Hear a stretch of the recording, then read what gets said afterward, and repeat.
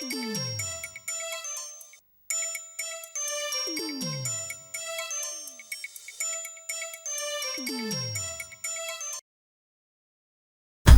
to Out and About. Tonight, Peter is off to the Positive Living Centre in Paran for Drug Dilemmas, an interactive event hosted by Vanessa Wagner of Celebrity Big Brother, while Monique takes in a performance of the older women's circus.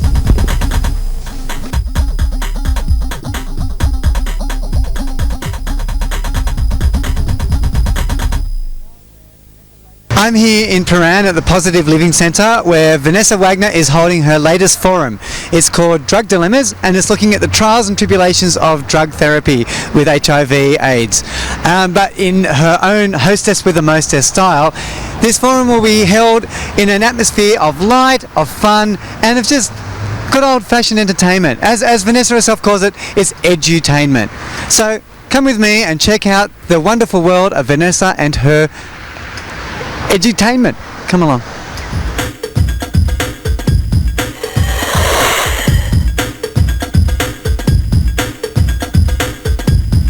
I'm here with Vanessa Wagner, hostess with the mostess, and she's here at the Positive Living Centre today to look at drug dilemmas. Now, what is drug dilemmas all about? It's a continuation of interactive edutainment here. Edutainment? It's a combination of education and entertainment. And essentially, today's forum is about discussing in an interesting and exciting way people's relationships with their HIV and the drug regimes that they may or may not be on. So we're trying to cover topics such as structured treatment breaks or drug holidays, as some people like to call them, and any issues surrounding treatments that people may have. So we ask questions. We have health professionals like doctors and psychologists and nurses to give people some advice and to interact basically. How do you make information like drug use and drug holidays glamorous? Because it's a fairly sober topic. What do you do to make it entertaining? Well, usually cheap fart jokes never go astray. It always works for me. It's a difficult question and it's hard to answer, but generally we try to keep things light-hearted.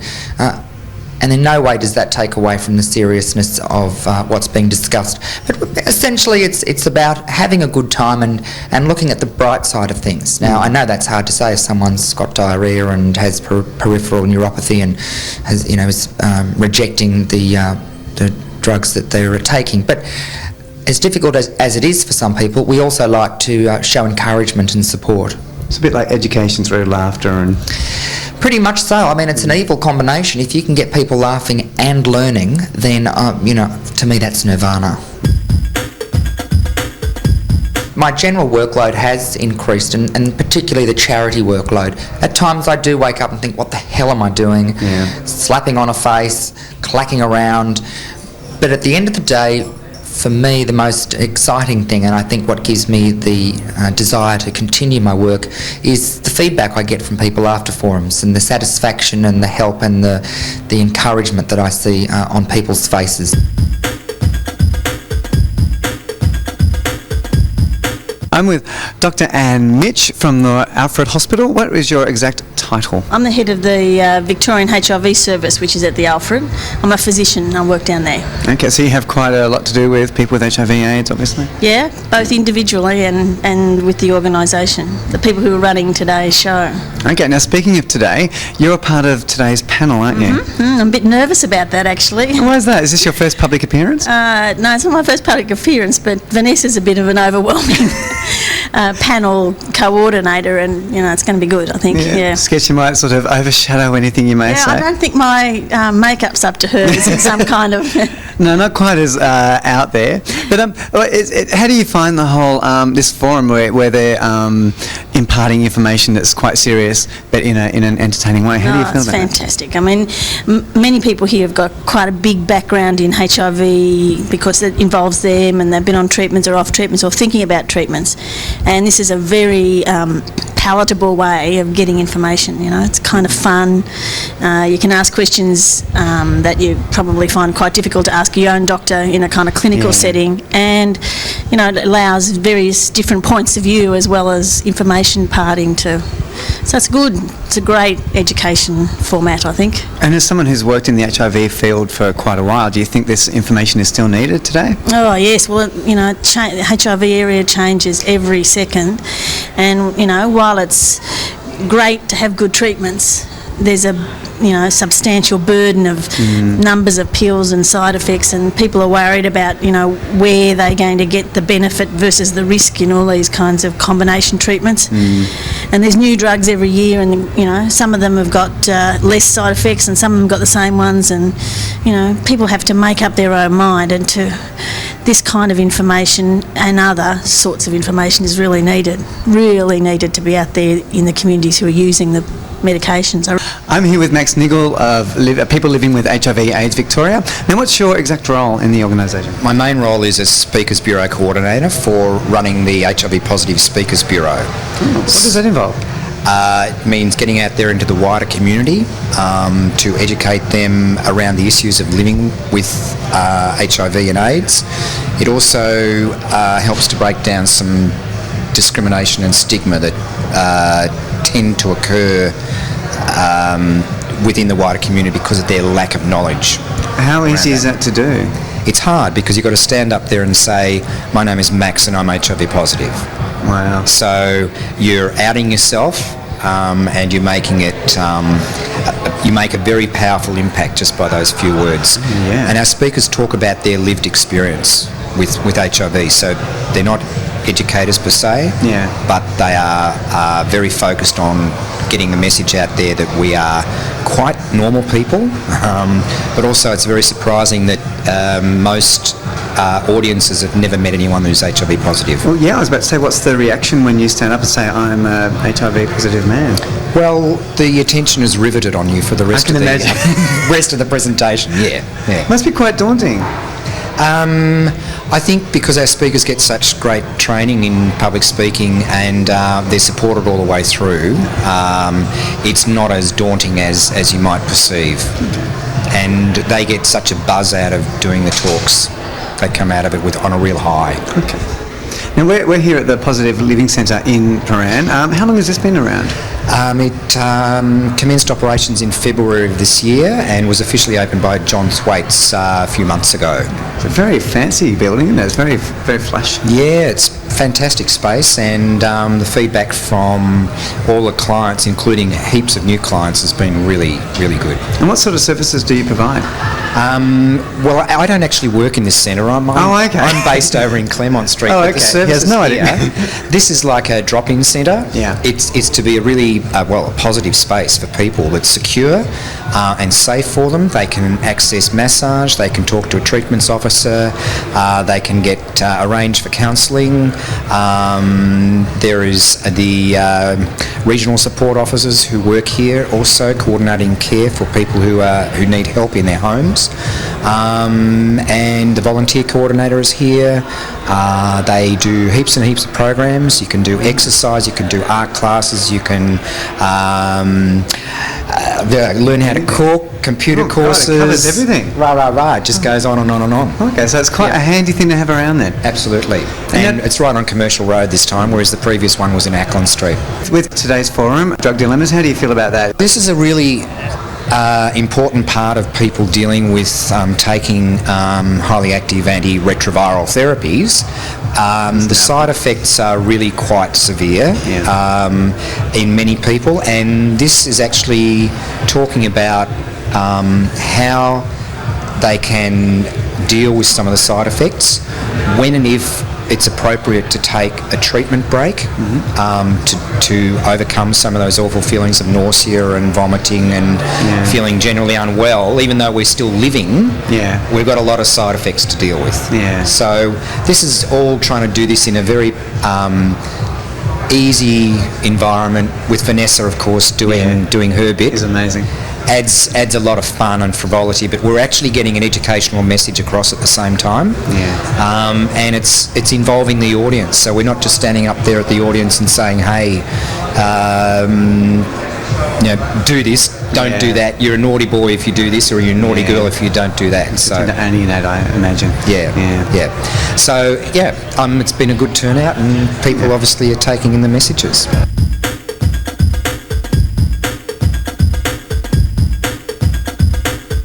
So there you go. As predicted, Vanessa was entertaining and educational, and I think a lot of people got a lot of stuff out of that particular forum.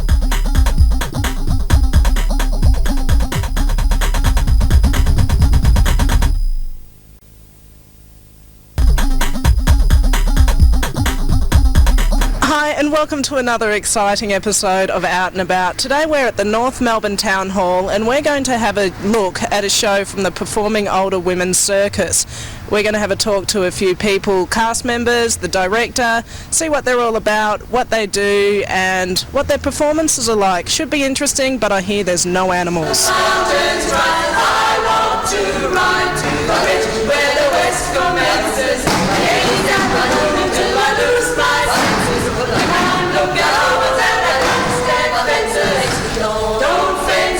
What do you enjoy about being in the circus?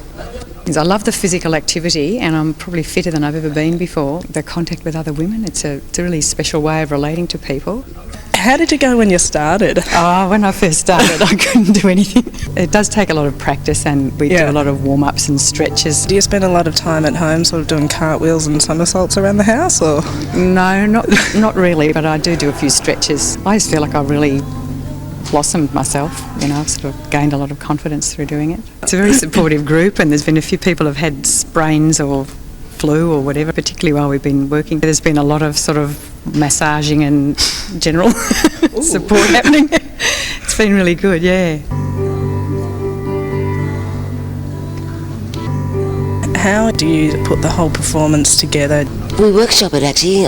Once we work out what the show's going to be about, then we do interviews, and women from the Performing Older Women contribute their own stories, and then we extract bits from that and a script is written, and then we start workshopping scenes, and then we start refining them, and so we have a lot of input, and then Kim, our director, turns the screws and does the fine tuning. Gives the yes and no's. Yeah.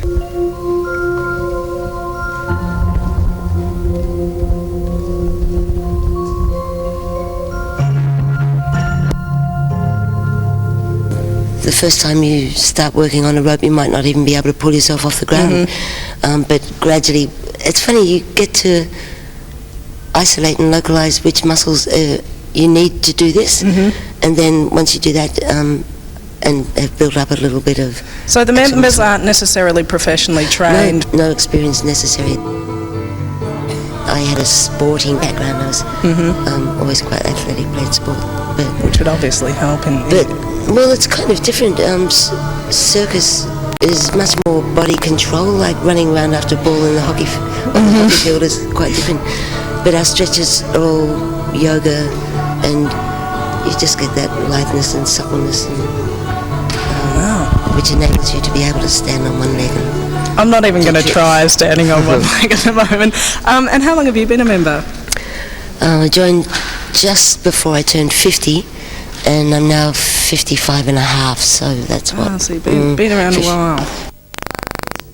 I think you find that people who are very busy and very physical and have interesting lives retain a bit of youth. If you just get depressed about growing old and sit in a chair and watch the telly, you'll certainly look old.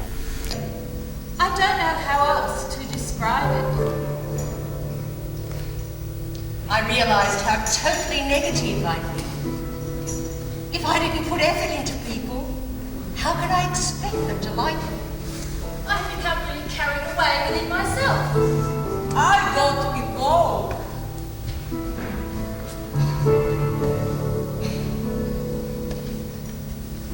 So what have you found from being a member of I've found it such fun. I've done things that I didn't probably even do as a child, to have fun, rolling around on the mats. When we learn all those exercises and somersaults that you were referring to before, I'm still learning somersaults, but that doesn't matter in our group because you just go at your own pace, and some of us will enjoy one form of what we're doing and what we're learning, another will find another area or a particular movement or the work on the aerials, the voice work, the singing work, all of which makes the whole of the story. And it's this sense of no pressure, but that we're all there, and as a group it's been a real eye-opener to me that as a group we can tell a story that really interests people and entertains them, and that we can be funny and we can be sad, and that we're all so-called ordinary people. We're not ordinary, but it's because you discover talents you didn't think you had. That's been just fabulous for me. I would never have thought I would be able to do the things I do. And the fitness, well, I'm the fittest I've ever been in my life. Truly, I didn't play sport as a kid. I got left out of teams. All our stories are real stories. They're stories directly from ourselves or people we know or people who've been interested in us and have agreed to do interviews. And that seems, it gives us great pleasure to be turning the story into a performance way of telling a story to others. But it seems to ring true to audience as well, this sense of authenticity.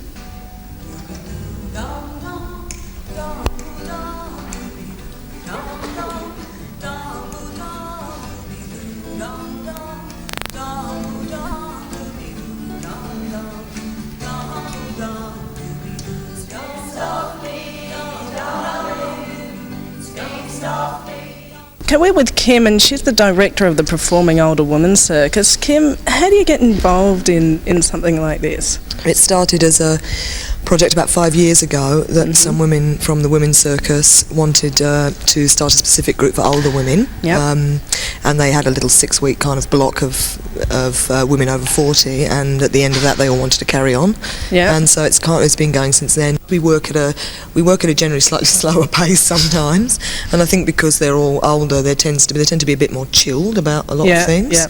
So there's very specific things about getting older and being able to trust your body and deal with aches and pains and not to have injuries basically, because that's is a problem.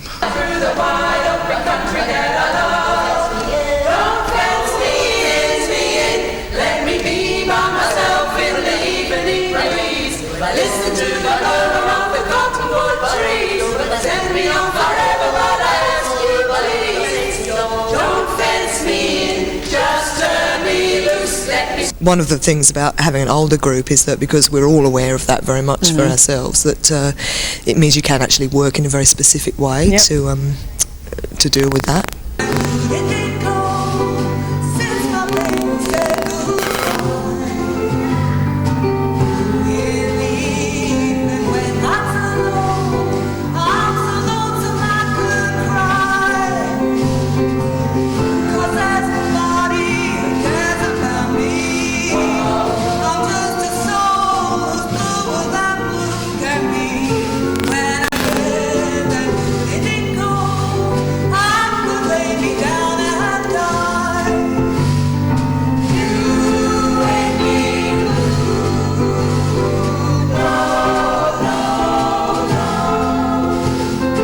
Not only do you have performers that do somersaults and cartwheels and everything, but you also have the live band doing the accompaniment. Is that something that's always happened, or it's...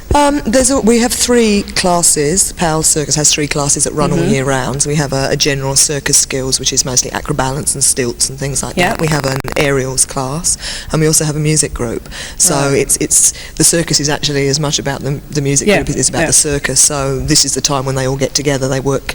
the music group tends to work quite separately a lot of the year in its own separate little class, and then this is the time when we all put it together, really. And how do you work in the music with the performance? I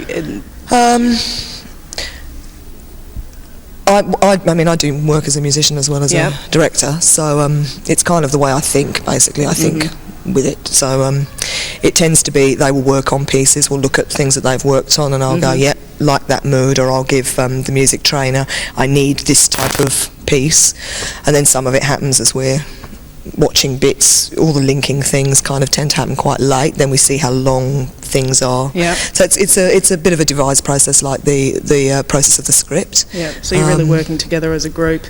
Yeah, I mean, it helps me doing both for me, because I know what the director wants, because it's me, which is good. Are there auditions, or do you accept anyone?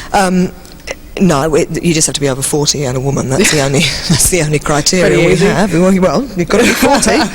We don't take any young people. You know, it's great, and we get really good support from people. We've had fantastic support for this show, and fantastic audiences. I mean, this is the first time we've done a show in a big theatre, so it's been a big learning curve for us to do this, and it's fantastic to have that and have people come along and then say they like it at the end. It's great. And how long does it take to prepare for like one show sort of this size? We spend about 2 or 3 months researching and interviewing people and playing around with the themes in workshops, and then we refine that into a script, and then we have intensive weekend rehearsals at the end, so it's probably 6 months it takes.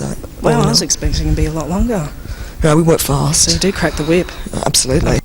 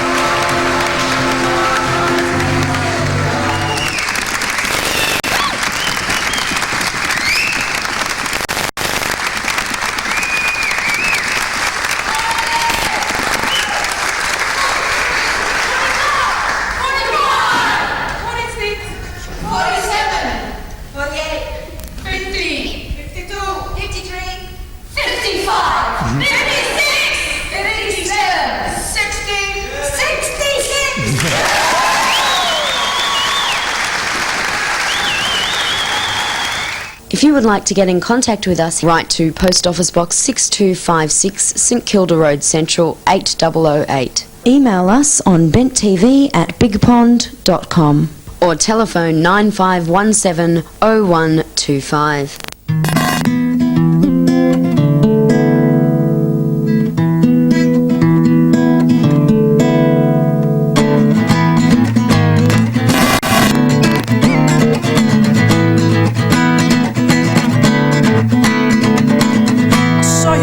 I saw you twice, I need a third. All the things I wouldn't give to be heard.